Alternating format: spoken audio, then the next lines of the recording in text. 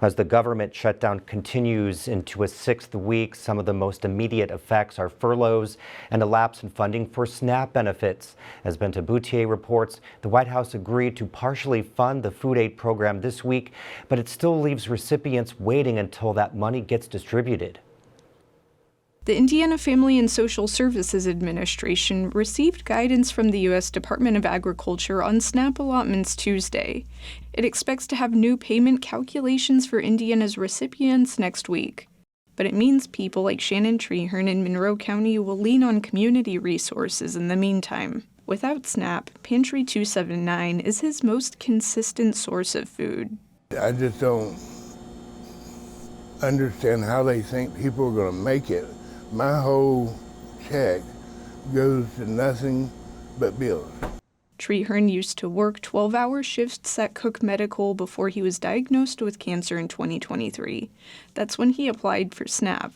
Recently, his application for disability was approved. And then I had to start coming here because they cut them back, and then last month I found out that we wasn't going to get any this month.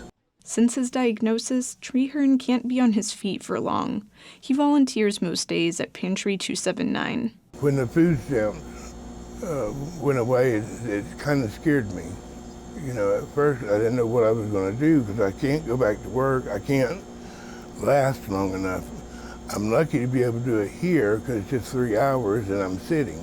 It's still uncertain when exactly funding from the U.S. Department of Agriculture Contingency Fund will get to recipients. Normally, it would have been available 2 days ago. For organizations and leaders fighting hunger, the lapse in SNAP funding is the latest pressure on a system already struggling. Cindy Chavez of Pantry 279 says monthly attendance hit 11,000 in July and started to climb again in the last few weeks. End of the month you run out of SNAP, and that's when you go to the food pantries. And normally at the beginning of the month we get a break because they just got their SNAP. Obviously with SNAP not being here, there will be no break. Yesterday was our highest Tuesday we have ever had. We typically put through about 400 to 500 people on a Tuesday. Yesterday was almost 900 people.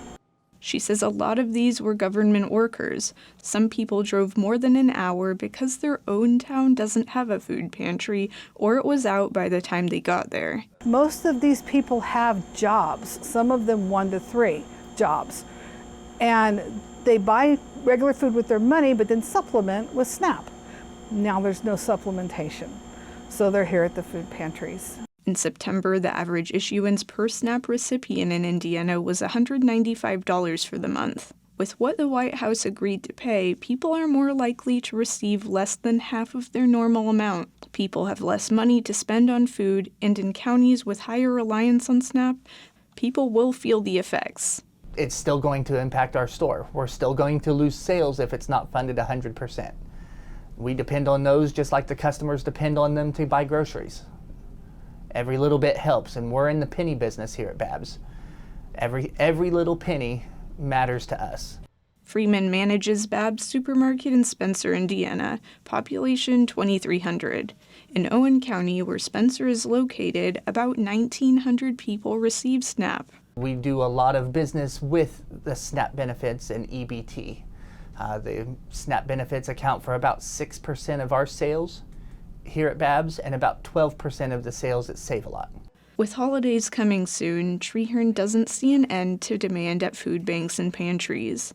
The Hoosier Hills Food Bank, which serves pantries in South Central Indiana, received $46,000 from the city of Bloomington, and the Community Foundation bought 10 additional truckloads to cover the drop in SNAP.